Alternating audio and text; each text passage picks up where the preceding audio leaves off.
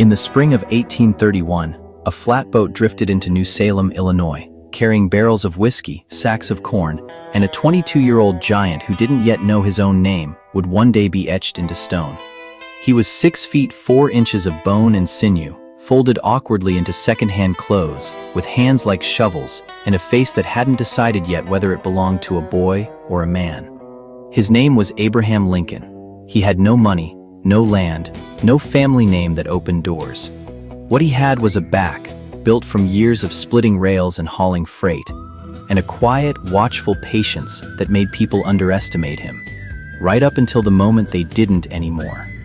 New Salem was a rough little settlement, the kind of place where reputation was currency, and the fastest way to earn it was with your fists, or better yet, your hands locked around another man's collar.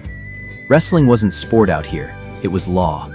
It was how men decided who led and who followed, who got respect and who got run off.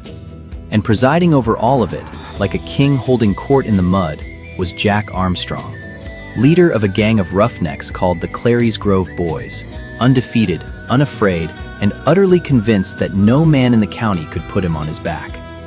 Lincoln had taken work at Denton Offutt's general store, and Offutt, never one to miss a chance at free advertising, had been bragging up his new clerk for weeks. Strongest man in the county, he told anyone who'd listen, could out-wrestle any man alive. Word travels fast in a small town, and it wasn't long before it reached Jack Armstrong's ears, sitting there like an insult he couldn't ignore. So the challenge came, and Lincoln, who by his own account wanted no part of a brawl for another man's bragging rights, found himself with no honorable way out. A crowd gathered outside the store, the way crowds gather for a hanging or a horse race, half for the spectacle, half for the blood. The Clary's Grove Boys ringed the clearing, arms crossed, grinning the grins of men who'd seen this story end the same way a dozen times before. Lincoln stepped into the circle, unhurried, rolling his sleeves with the calm of a man settling into a chair rather than a fight. He looked down, and he had to look down, at Armstrong, who was built low and thick like a felled oak, all coiled muscle and bad intentions. They locked hands. The dust hadn't even settled before it became clear this wasn't going to be the quick, clean match anybody expected. Armstrong fought dirty, grabbing where the rules said not to, using every trick a decade of unchallenged wins had taught him. And something in Lincoln, some ember that rarely showed itself, caught fire. He didn't shout. He didn't need to. He simply reset his grip, planted those long legs, and drove upward, lifting Armstrong clean off his feet before the crowd's cheer had even finished leaving their throats. For one suspended second, the local champion hung in the air like a question nobody had thought to ask. What if the answer to Jack Armstrong has been standing behind the counter this whole time? Then Lincoln put him down.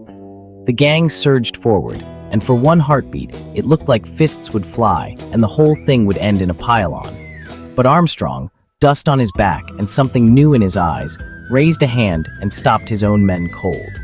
He climbed to his feet, looked Lincoln up and down, and said the thing history remembers best, that this lanky store clerk was the best feller that ever broke into the settlement. It wasn't a loss for Armstrong, it was a coronation for Lincoln. From that clearing outside Offutt's store, something began that would carry a rail splitter's son all the way to the White House. Over the next decade, Lincoln wrestled in matches across the frontier, some say as many as 300 of them, and lost, by most accounts, only once. But it was never really about the wins. It was about a moment when a man nobody expected anything from stood his ground against the toughest name in the county, and instead of making an enemy, made a friend for life. Jack Armstrong and his gang became some of Lincoln's most loyal supporters in the years that followed, proof that respect, once earned honestly, outlasts every reputation built on fear. Long before the beard, long before the stovepipe hat, the union, the address that would define a nation, there was a boy in the dust outside a country store, calm as a held breath, quietly proving that size wasn't the only thing worth being afraid of.